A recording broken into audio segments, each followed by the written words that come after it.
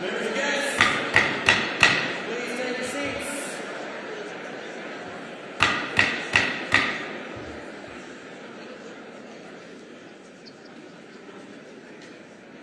Please take your seats.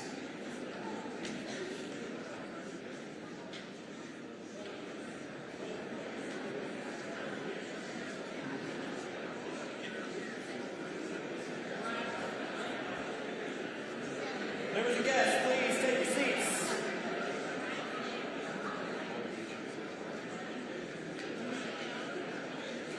Members and guests, welcome to the first joint session of the second regular session of the 60th Oklahoma legislature.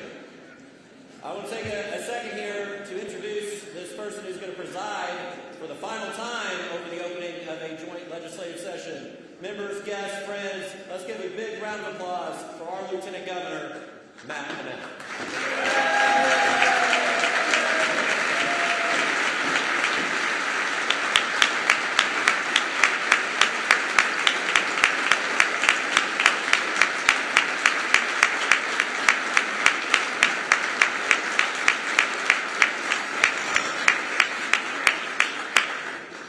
Thank you for that.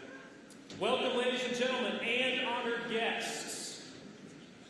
Point of privilege here, I have a few guests of my own in the gallery.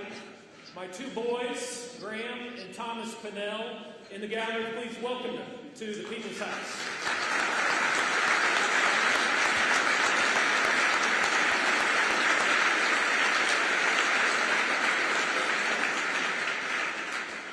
They are escorting this afternoon our favorite guest in the Pinnell homestead, an entrepreneur, an inventor, someone who has been managing and running her own business for the last 12 years. There's nothing in my life that I'm more proud of than when I get to introduce and say that I am married to the lovely Lisa Pinnell. Would you please welcome Lisa Pinnell to the People's House?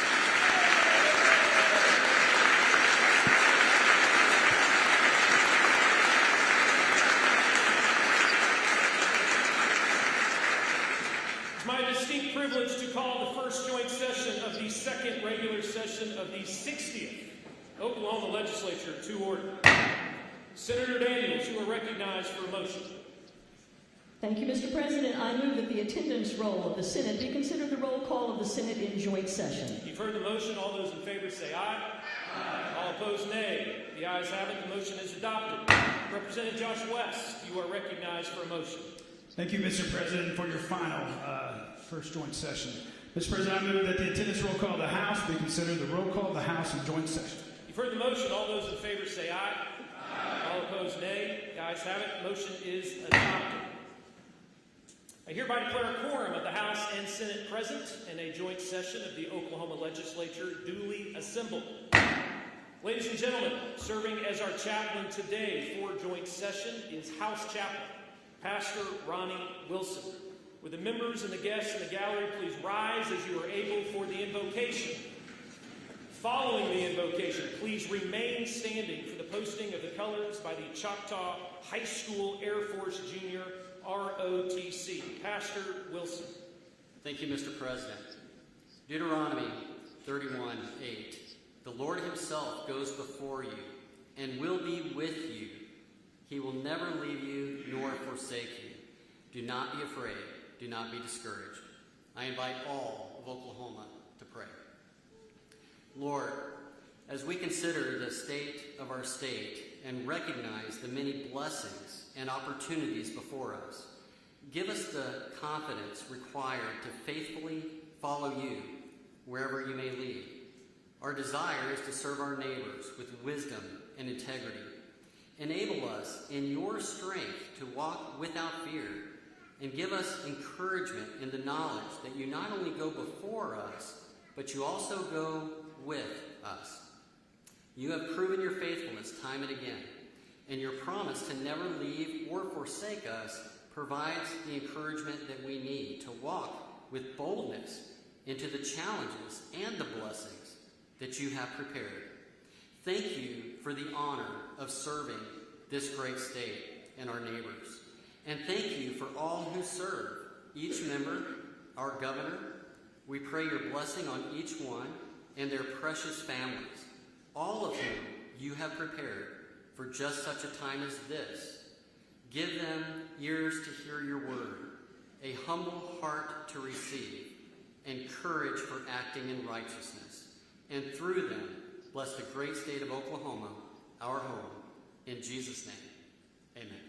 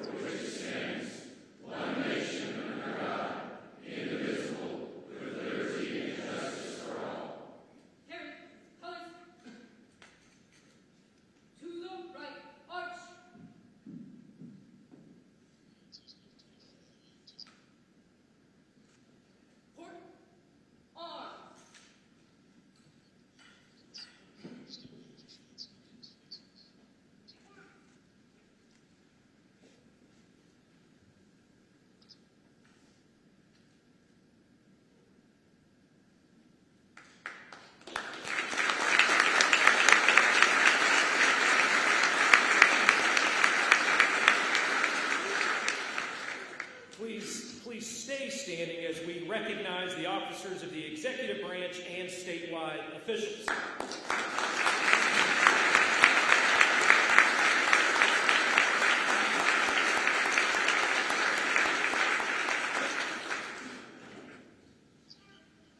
And one more time.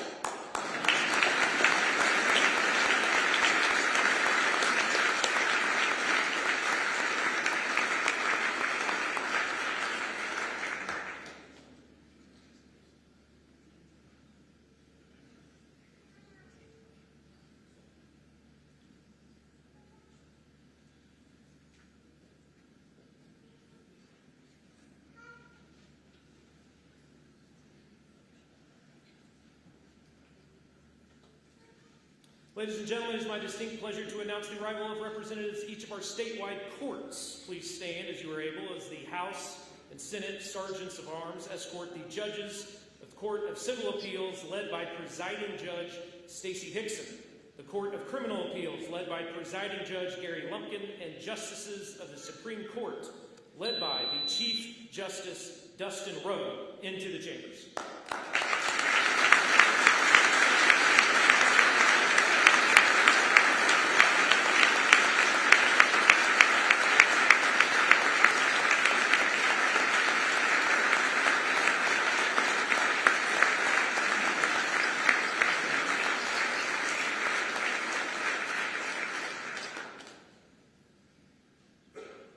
Senator Daniels, you are recognized for a motion.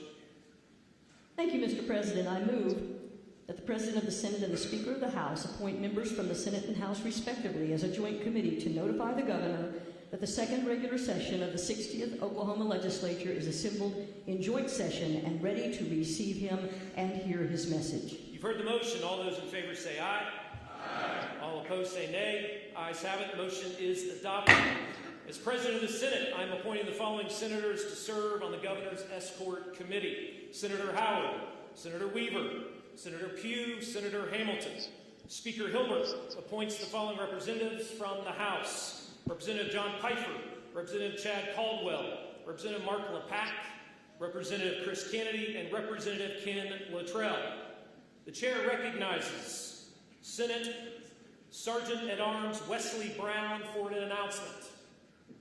Mr. President, the Joint Committee from the House and the Senate and the Chief Executive, the Honorable Kevin Stitt, Governor.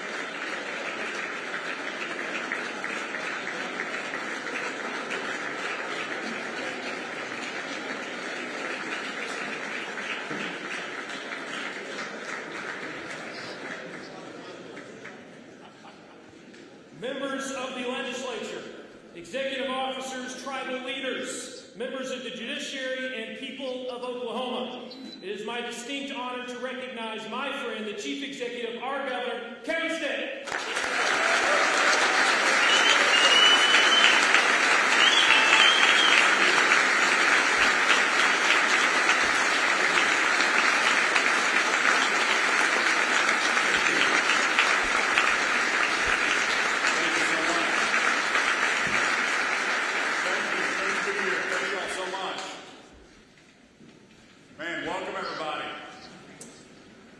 Lieutenant Governor Matt Fennell, it has been a great honor to serve alongside you for the last 7 years. You have done an amazing job.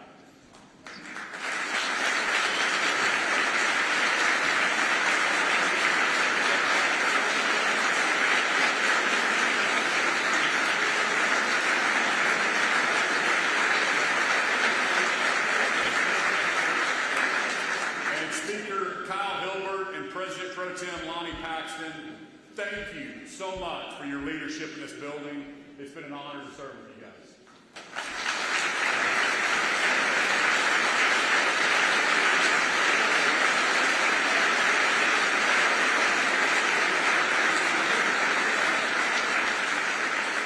And members of the 60th legislature and all the statewide elected officials, I'm looking forward to serving with you and working with you this session.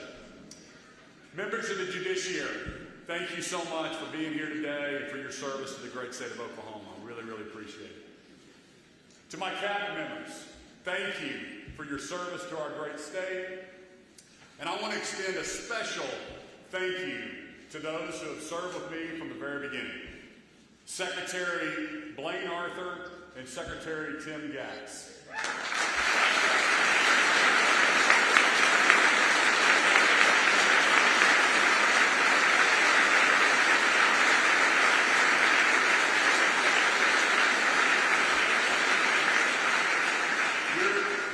Your dedication to the state of Oklahoma and the people we serve will continue to pay dividends for generations to come. And to my boomerang team, David Ostro, Donnell Harder, and John Budd, we started together in 2019. Thank you for returning to state service to help me to complete Oklahoma's turnaround.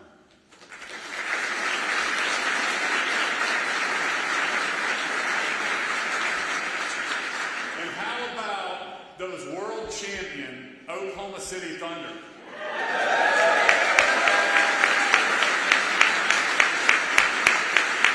A team that embodies the true spirit of Oklahoma. And I'm excited to have Will Sering and Dan Mahoney from the Thunder executive team here today. Thank you for bringing the championship home.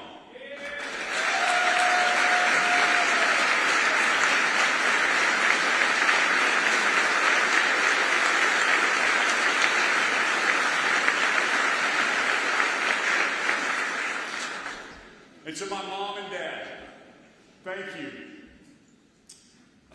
for being here today. Your prayers and support have been invaluable throughout my life.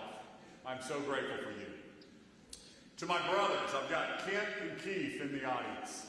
Thank you for everything you've meant to me in my life. I appreciate y'all being here. To my children, I've got Drew and Remington and Houston and Piper here. Being your dad is the greatest job in the world. Thank you for the sacrifices that you've made so that I could serve our state. I did so you and your fellow Oklahomans could chase your American dream. And to the most beautiful and elegant First Lady in the entire country, you've kept our family strong. You've been a constant source of wisdom and prayer, and you've been my steadfast partner throughout our marriage. Thank you, and I love you.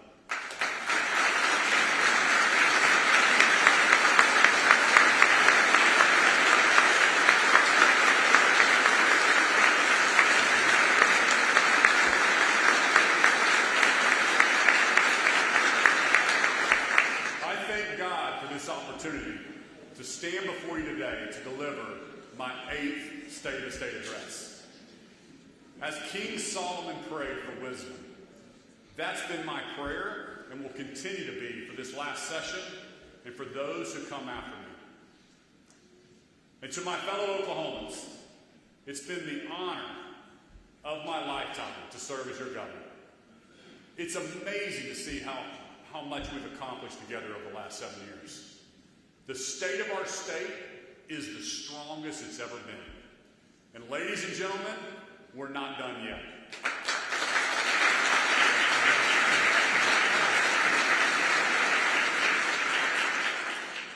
When I first addressed this chamber in 2019, before I had any idea what challenge awaited us, I promised a turnaround for our state. I cast a clear vision for Oklahoma to be a top 10 state. But to understand where Oklahoma's going, it helps to remember how America even came to be. And in our 250th year as a nation, we reflect on that story. Our story is one built on gritty ambition. It's a story where nothing was given, but everything is possible. Where your future could be determined not by the circumstances of your birth, instead by what you are willing to work hard to build. That spirit, the belief that opportunity is earned, not inherited, and that you can achieve anything that you set your mind to, is the heartbeat of the United States of America. Oklahoma is not just part of this American dream. We are its purest expression. And this spirit is what has always defined Oklahoma. Oklahoma is where bold dreams are possible. And I believe these last 7 years have been the greatest in state history. We've gone from budget deficits to historic savings. We've increased public education funding more in my term as governor than they did for 25 years combined.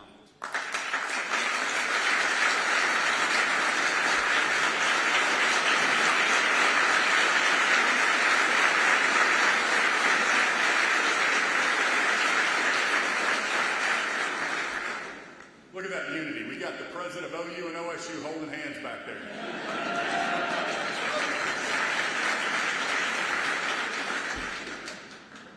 At the same time, we've cut taxes by $1.6 billion.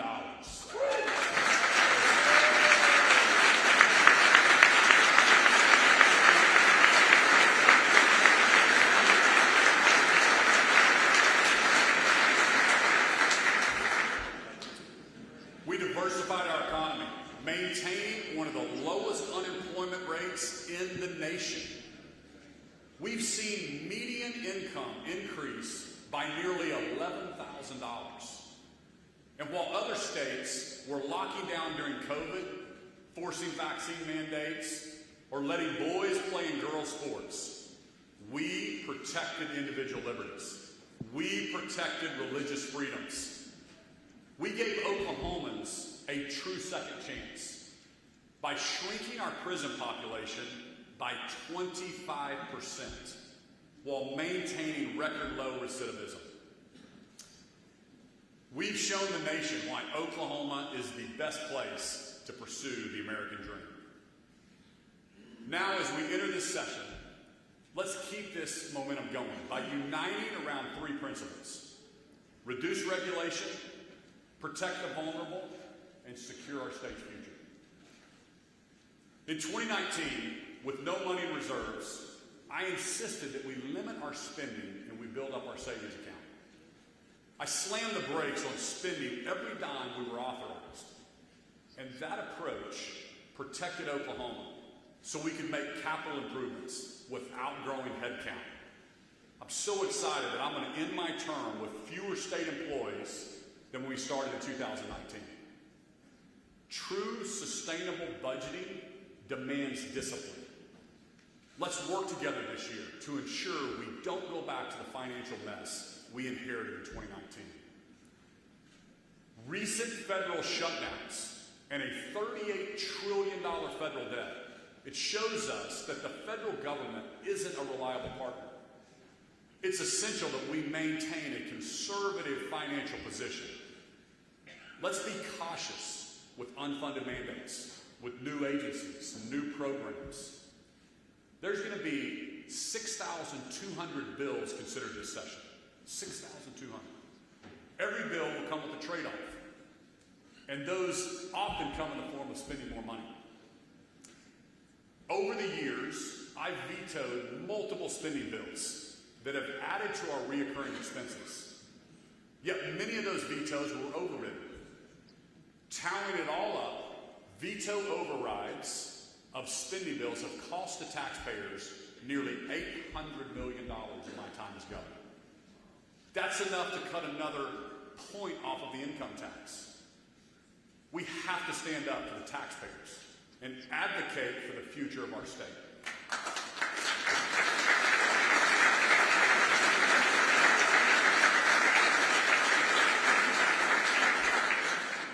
A government program rarely fixes a societal problem, but it sure makes some lobbyists rich.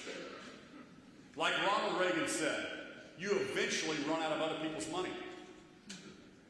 Last year, with your partnership, we delivered one of the greatest budget reform wins in history, the path to zero income tax, effectively capping in statute spending to protect the taxpayers.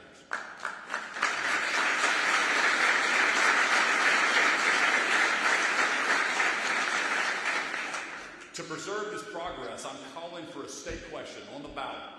Let's codify a 3% annual cap on reoccurring spending growth in our Constitution.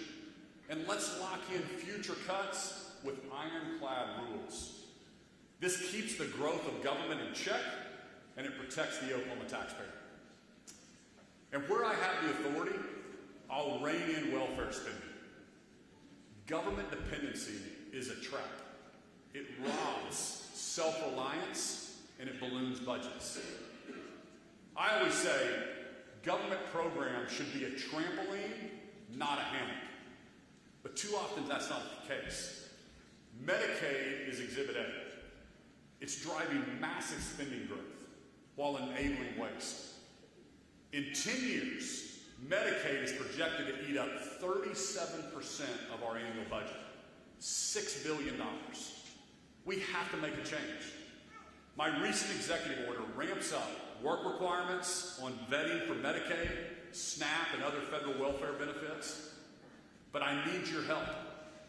I'm calling on the legislature to send a question to voters that would allow adjustments to Medicaid expansion so that we protect the program for those who really need it, not those who should be working.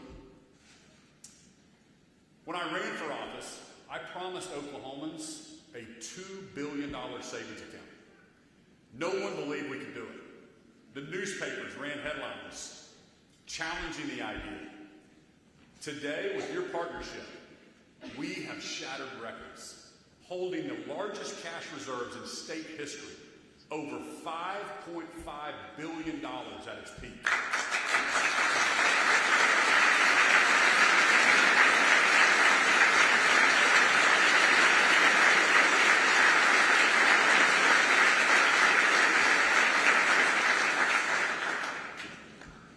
Today, I call on the legislature to create the Taxpayer Endowment Fund, seeding it with $750 million of existing savings. Let's imagine what's possible.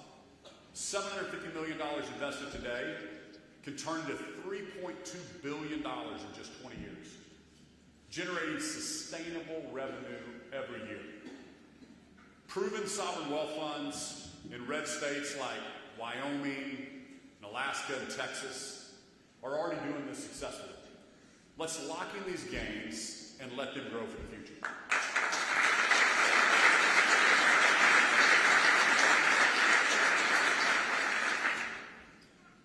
Last week, 1,000 Oklahomans were born. One of them is very special to me, my first grandson.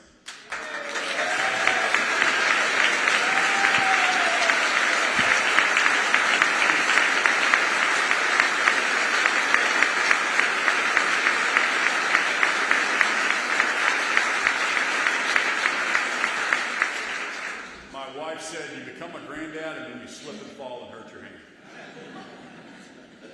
These new Oklahomans are the reason we're all here. President Trump is championing a pathway to secure the American dream for the next generation. Now, through the Trump accounts, when a child turns 18, they have a launch pad to buy a home, to start a business, or go to college. And now, thanks to the incredible private sector leadership, momentum is building nationwide. Michael Dell, the founder of Dell Technologies, who's an American dream story himself, he stepped up with a $6.25 billion investment in these accounts. Oklahoma is the epicenter of the American dream, and we can and should invest in these accounts for every Oklahoma kid born this year. If we reappropriate $12 million of existing funds, we can add $250 to every Oklahoma kid's account this year. But let's not stop there. I invite our great Oklahoma businesses to be a part of this movement. I've already spoken to Williams and Continental, who are looking at ways they can contribute and invest in the children of their employees.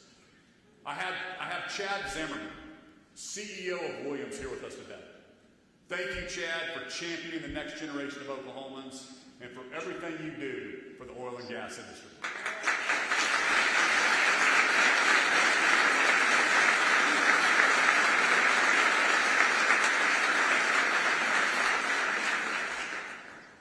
And I guess I'm going to break the news. You said y'all were doing $1,000 for every kid born that works for Williams. It's amazing.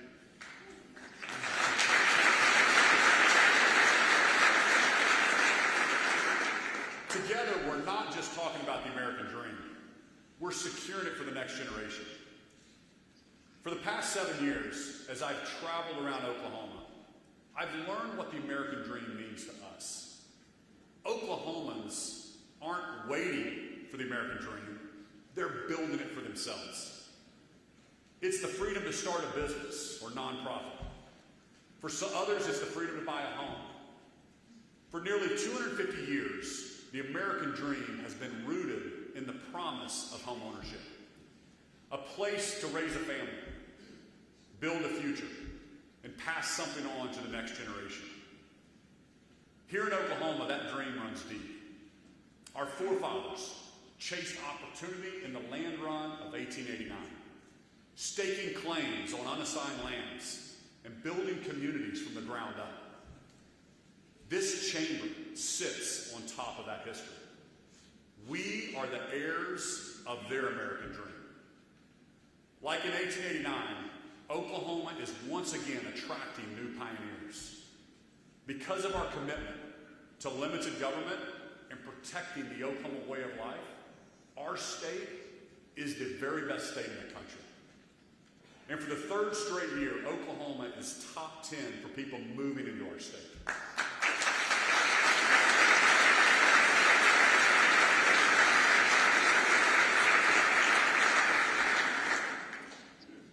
We are headed in the right direction, and the world is taking notice. More businesses, more people, more demand for housing, which means higher property values. And as our property values rise, so do property taxes. And too many Oklahomans, veterans, seniors, young families, they are feeling the pressure. Many are concerned they're being priced out of the American dream. We owe Oklahomans real relief, not temporary fixes and election cycle talking points. We can't lose the momentum of this moment. I'm calling for a state question that freezes property tax growth across the board. Send it to the people.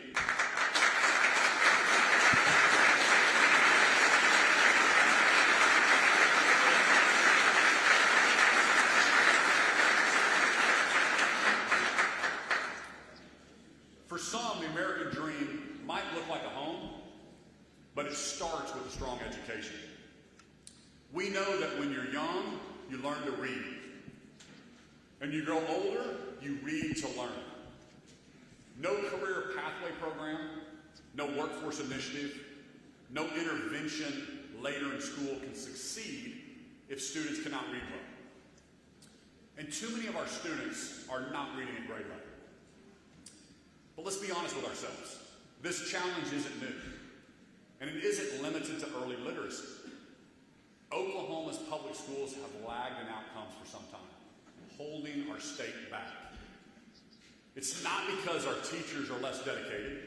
It's not because our students are less capable. It's not because we haven't spent enough money. It's because the system itself is flawed. For decades, students were assigned to schools based solely on their zip code, meaning by where their parents could afford to buy a house. Those schools were highly regulated, government-run, and built around a one-size-fits-all model. That's how our system was. So we injected competition into the system. First, we passed open transfer, so kids could get out of a failing school district. And I want to shout out Norman Public Schools for accepting open transfer with open arms. They've remained number one year after year for accepting new students into their district. And right now on the second floor, in the blue room, there is a group of Norman High students listening right now. And as a fellow graduate of Norman High, thank you for being here, and go Tigers.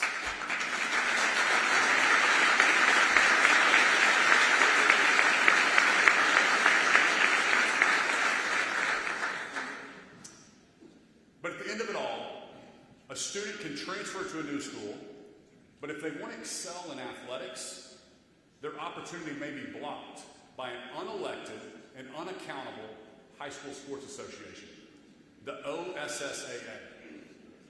Last year, we heard stories of students who followed the rules, did everything right to transfer schools, and yet the OSSAA denied them the chance to play basketball at their new school.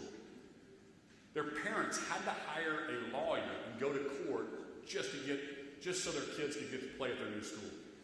That's unacceptable. Your ability to play sports shouldn't be contingent on your parents' ability to afford an attorney.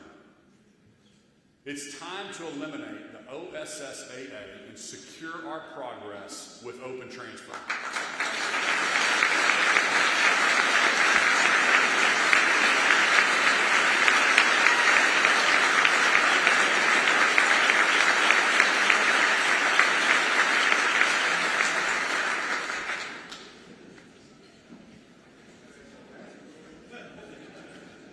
Next, we expanded access to charter schools. Our statewide charter board was a great reform, but we still let local school districts block new charters from opening. Listen, you shouldn't have to get permission from McDonald's to open a Burger King across the street. If we want top-tier charters to come to Oklahoma, they should be able to go straight to the statewide board authorization instead of playing Mother May I with the local school district. Finally, we passed the most impactful education reform in our history, the parental choice tax credit. To finish the work on this achievement, it's time to make the program available to every Oklahoma family who wants it. Let's eliminate the cap.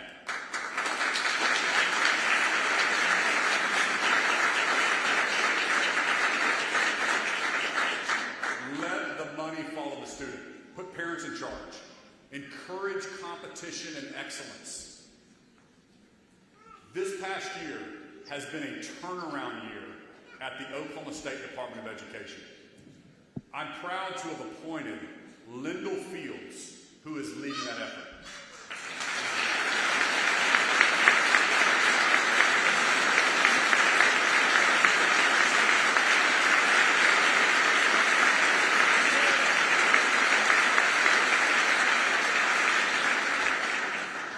He's brought a much-needed culture change to our state. Oklahoma has always elected its state superintendent. Every 4 years, a new candidate runs for that office, promising parents a new solution, more programs, more money, more accountability, more flexibility, on and on. Is the problem really that we haven't yet found the magic policy idea? Or is it that we have a politics problem? 38 other states appoint their superintendent rather than electing them. It keeps the focus on outcomes instead of politics. Leadership alignment matters. That's why Oklahoma's next governor should have the authority to appoint the superintendent of education.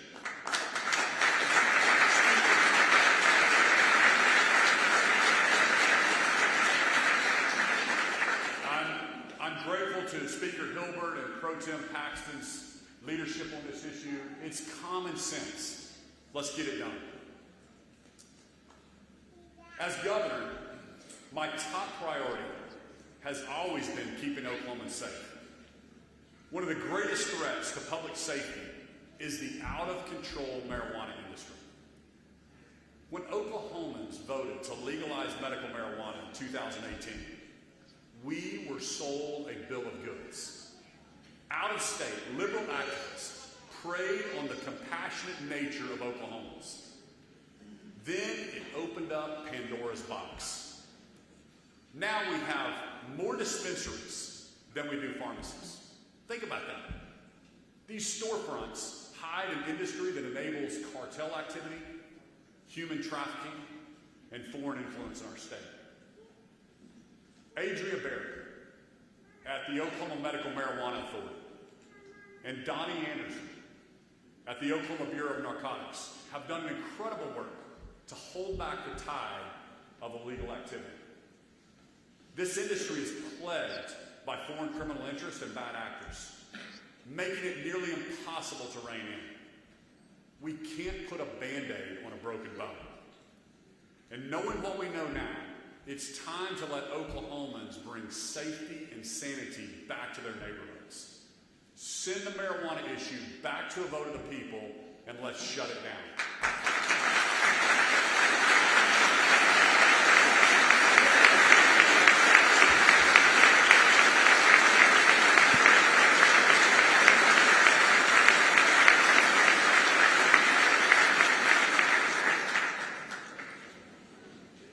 As I've spent time reflecting,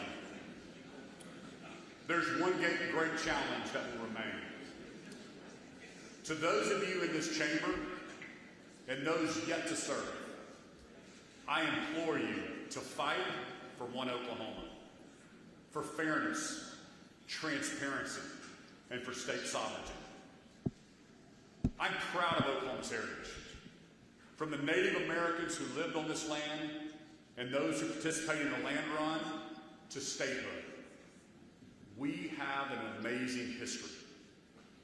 When Justice Gorsuch, in a 5-4 decision in July of 2020, decided that half of our state was a reservation, I became the first governor who had to face this new challenge.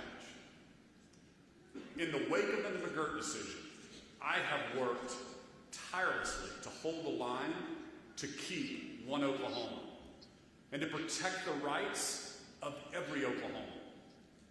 We need to come together and protect the vision that was cast in 1907. We need to stop any effort to federalize half of our state. That's why it's so important that we elect men and women of integrity. And I want to make a few truths abundantly clear. Number one, all laws should apply equally to all Oklahomans, no exceptions. An Indian named Kevin Stitt shouldn't be treated differently than a single mom of a different race. If you commit a crime in Oklahoma, you should be prosecuted by a duly elected Oklahoma district attorney. You should be tried in an Oklahoma court overseen by a duly elected Oklahoma judge. And you should be protected by the rights laid out in the Oklahoma Constitution. Your race shouldn't call any of these factors into question. Number three, if you live in Oklahoma, if you drive on Oklahoma roads, you attend Oklahoma schools, you vote in Oklahoma elections, you absolutely should not have different tax treatment than any other Oklahoman. These things shouldn't be controversial. I challenge Oklahomans to elect people who are committed to these values and protect these simple truths. Game wardens shouldn't be afraid to ticket poachers. District attorneys shouldn't be afraid to prosecute criminals. Local sheriffs shouldn't be afraid to enforce the law. Many of us in this room have decried the DEI programs of the Biden administration, yet stand quietly by when some say an Indian should be subject to a different set of laws. We either believe in equal rights for all or we don't, and it's time to choose. This issue will continue to split our state, both literally and figuratively, unless we address it head on. It will be uncomfortable, and you're going to have to face down the state's largest political donors. But we must continue to fight for one Oklahoma.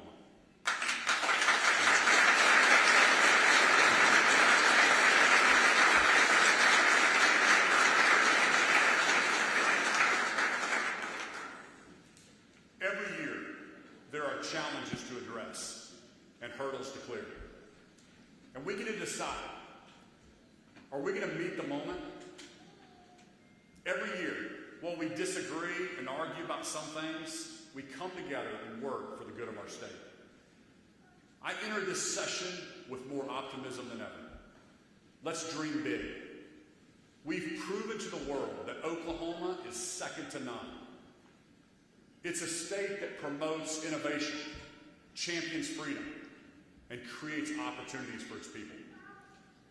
Oklahoma wasn't built by government planners or bureaucrats.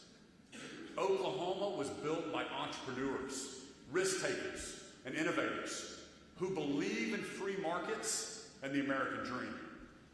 This idea that if you work hard, you take risks, and you create value, you should be rewarded. There is much more to come for our state. Opportunities we couldn't even have imagined 7 years ago are knocking on our door, asking to be part of the turnaround here in our state. As we enter into 2026, I hope our discussions are full of potential and shared optimism. Let's pursue the well-being of Oklahomans instead of our own self-interest. Ronald Reagan, prior to his political career, he gave a speech called A Time for Choosing. It's a powerful speech exploring the role of government and the welfare state. I'll challenge you to go home and read that speech. He concludes by saying, you and I have a rendezvous with destiny. We'll preserve for our children this, the last best hope of man on earth, or we'll sentence them to take the last step into 1,000 years of darkness. He's reminding us that we have to teach our children that there is no such thing as equal outcomes, only opportunities. The decisions we make in this building should not be made solely under the consideration of our next election or the leadership posts we hope for next session. They should not be made in pursuit of favor with lobbyists or special interest groups, or a job when you want to get done with your service. Every decision we make here must be in pursuit of the good of Oklahoma's future. The turnaround started here in 2019. It's been an amazing journey, and it's up to us to preserve the American dream for the next generation. Our choices will take us to the next level or back to the struggles we've turned away from. We have a rendezvous with destiny. Let's grab it with the tenacity and grit that sets us apart as Oklahomans. May God bless you, and may God continue to bless the great state of Oklahoma. Let's have a great 26.